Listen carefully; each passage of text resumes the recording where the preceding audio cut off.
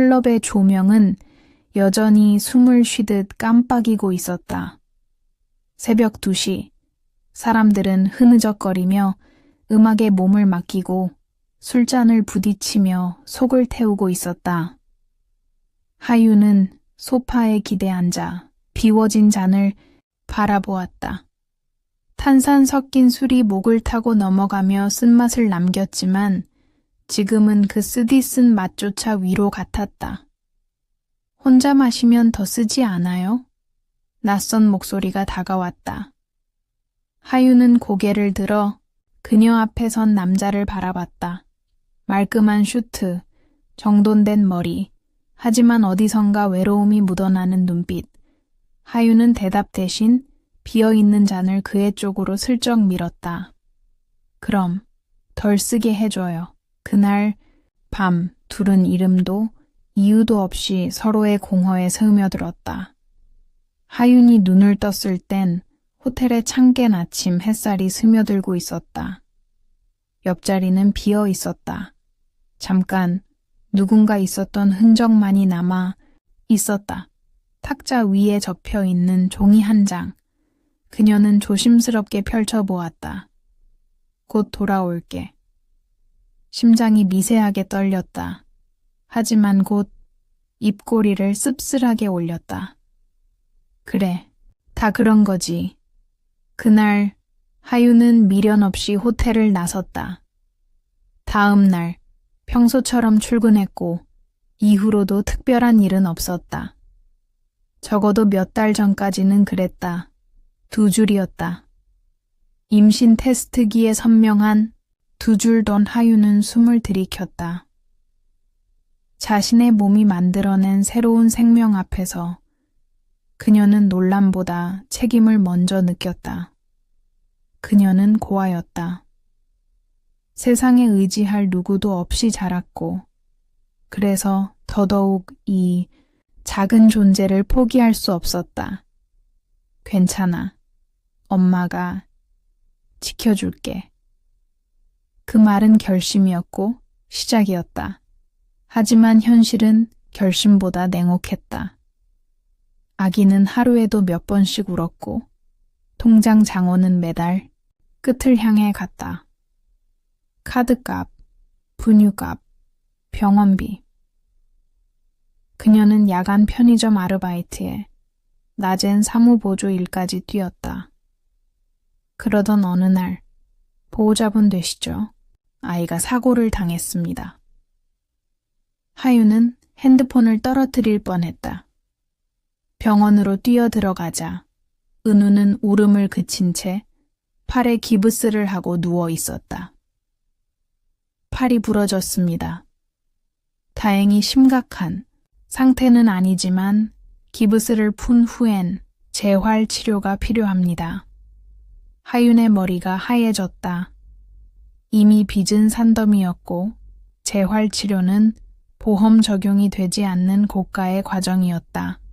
게다가 사고를 낸 운전자는 아이의 부주의를 이유로 보험 처리를 미루고 있었다. 아이 잘못이 더 커 보여서요. 일단 나중에 보자고요. 그 말을 들은 순간 하유는 모든 걸 내려놓고 싶었다. 하지만 그녀는 이 악물고 병실 문을 닫았다. 며칠 뒤 하유는 아이를 데리고 병원 복도를 걷고 있었다. 은우는 제잘거리며 뛰어다니다 한 노인과 부딪혔다. 어이쿠, 조심해야지. 노인은 은우를 바라보다가 잠시 멈칫했다. 그의 눈은 서서히 흔들리기 시작했다. 도연이 어릴 적 얼굴이랑 똑같군. 재벌가 회장 강재건.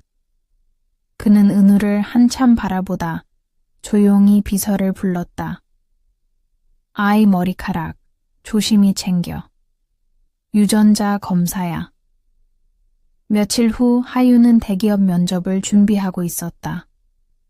밤엔 여전히 아르바이트를 해야 했기에 낮엔 안정적인 일이 필요했다.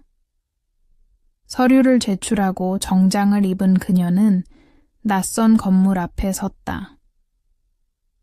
한 번쯤 들어본 회사 K그룹. 그곳의 사장 비서 자리에 하유는 합격했다. 며칠 후 그녀는 클럽에서 서빙 아르바이트를 하고 있었다. 그리고 그날 밤 그 남자가 다시 나타났다. 도현. 그날 밤 쪽지 한 장만 남기고 사라졌던 남자. 그리고 지금은 그녀의 사장이 되어 있었다. 하유는 놀랐지만 그를 모르는 척했다. 도현 역시 당황한 듯 했지만 아무 말 없이 자리를 떴다.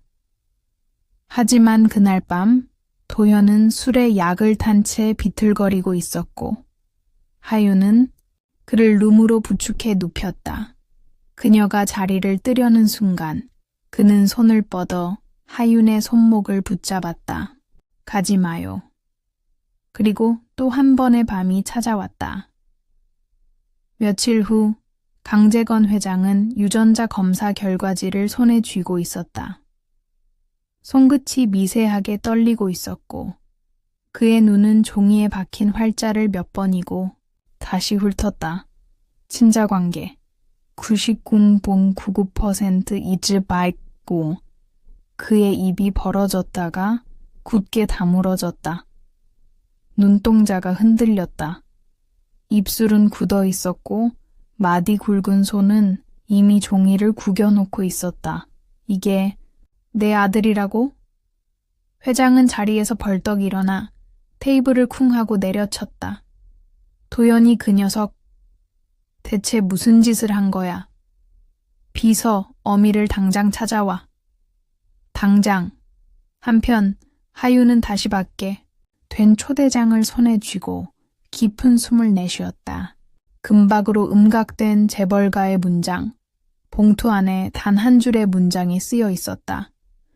강 회장님께서 직접 뵙고 싶어 하십니다. 그녀는 거울 앞에 섰다. 피부는 지쳤지만 눈은 달라져 있었다. 예전의 하윤이 아니라 세상의 어떤 폭풍에도 무너지지 않을 사람처럼 그날 하윤은 아이 은우의 손을 꼭 잡고 재벌가의 대문 앞에 섰다. 대문은 위압적이었고 안쪽으로 이어지는 정원은 고요했다.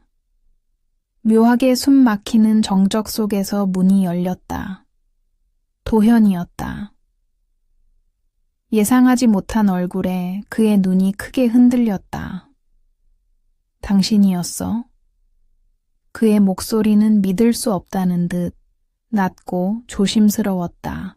하유는 아무 말 없이 그를 바라보다 입꼬리를 살짝 올렸다. 한 발, 두 발.